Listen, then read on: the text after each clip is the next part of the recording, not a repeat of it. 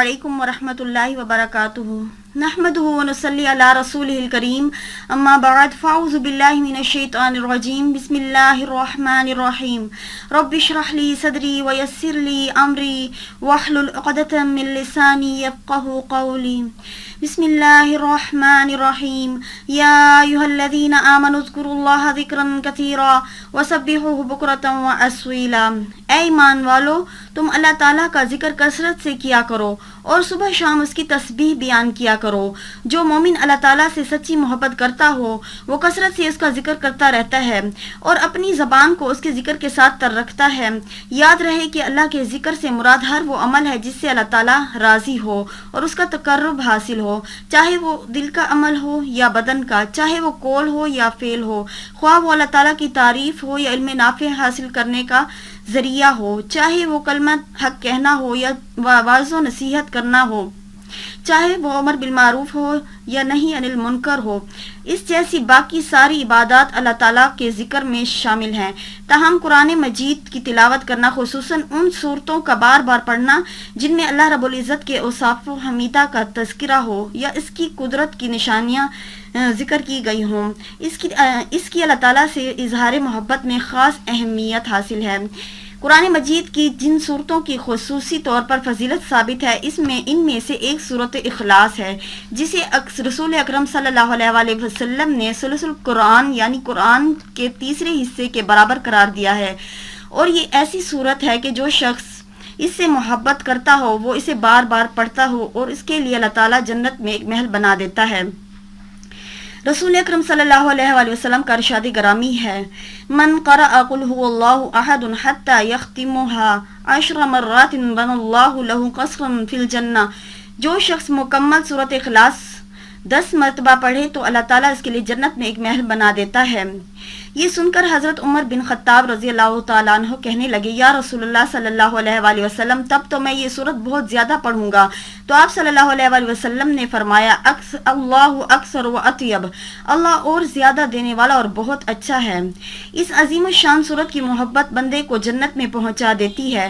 حضرت انس رضی اللہ تعالیٰ عنہ بیان کرتے ہیں کہ ایک انصاری شخص مسجد قباء میں امامت کرتا تھا اور وہ جب بھی وہ قرات شروع کرتا تو سورۃ اخلاص سے کرتا، پھر کوئی دوسری سورت پڑھتا اور وہ ہر رکعت میں اسی طرح کرتا رہتا تھا۔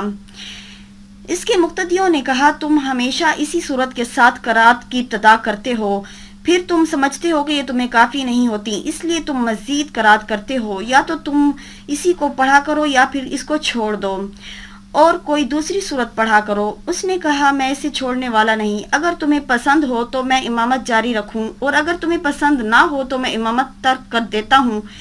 ان کے مقتدی حضرات انہیں اپنے میں سب سے زیادہ بہتر سمجھتے تھے، اس لیے وہ نہیں چاہتے تھے کہ کوئی اور ان کی جگہ پر امامت کرے۔ چنانچہ جب نبی کریم صلی اللہ علیہ وسلم ان کے پاس آئے تو انہوں نے آپ صلی اللہ علیہ وآلہ وسلم کو اس کے بارے میں بتایا، تو آپ صلی اللہ علیہ وآلہ وسلم نے اس سے پوچھا، اے فلاں آدمی، تمہیں تمہارے مقتدی جس بات کا کہتے ہیں تم اس پر عمل کیوں نہیں کرتے؟ اور کون سی چیز ہے جو تمہیں اس صورت کو ہر رکعت میں پڑھنے پر آمادہ کرتی ہے؟ تو اس نے کہا، انی احبھا، میں اس صورت سے یعنی کہ قل ھو اللہ احد سے محبت کرتا ہوں۔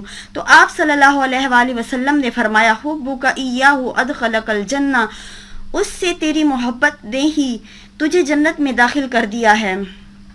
اور جو شخص اس عظیم الشان صورت سے محبت کرتا ہے اس سے اللہ تعالیٰ محبت کرتا ہے۔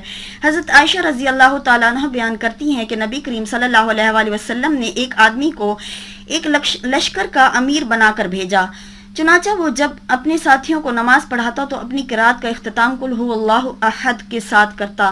پھر جب وہ لوگ واپس لوٹے تو انہوں نے نبی کریم صلی اللہ علیہ وآلہ وسلم کے سامنے اسی بات کا تذکرہ کیا، تو آپ صلی اللہ علیہ وآلہ وسلم نے فرمایا، سلوہ لأی شیء یصنع ذلک، اس سے پوچھو وہ اس طرح کیوں کرتا تھا؟ انہوں نے پوچھا تو اس نے کہا، لأنہا صفت الرحمن وانا احب ان اقرأ بها، کیونکہ اس صورت میں رحمان کی صفات ہیں اور میں ان کی قرات کرنا پسند کرتا ہوں۔ تو نبی کریم صلی اللہ علیہ وآلہ وسلم نے ارشاد فرمایا، اخبروہ ان اللہ یحب، اسے بتا دو کہ اللہ تعالیٰ بھی اس سے محبت کرتا ہے۔ آپ صلی اللہ علیہ وآلہ وسلم نے فرمایا جو جس چیز سے محبت رکھتا ہوگا کل قیامت کے دن اسی کے ساتھ اٹھایا جائے گا۔ اللہ ہمیں بھی اس پر عمل کرنے کی توفیق عطا فرمائے اور سورۃ اخلاص کا ساتھ نصیب فرمائے، آمین۔ پورا قرآن پڑھنے کی ثواب والا عمل۔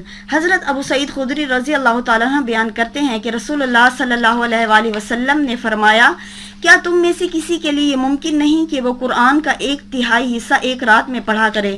صحابہ کرام رضی اللہ تعالیٰ عنہ کو یہ عمل بڑا مشکل معلوم ہوا اور انہوں نے عرض کیا اے اللہ کے رسول صلی اللہ علیہ وآلہ وسلم، ہم میں سے کون اس کی طاقت رکھتا ہے؟ اس پر آپ صلی اللہ علیہ وآلہ وسلم نے فرمایا سورہ اخلاص قرآن مجید کا 1/3 حصہ ہے، یعنی جو 3 مرتبہ سورۃ اخلاص پڑھے گا اسے پورا قرآن پڑھنے کا ثواب ملے گا۔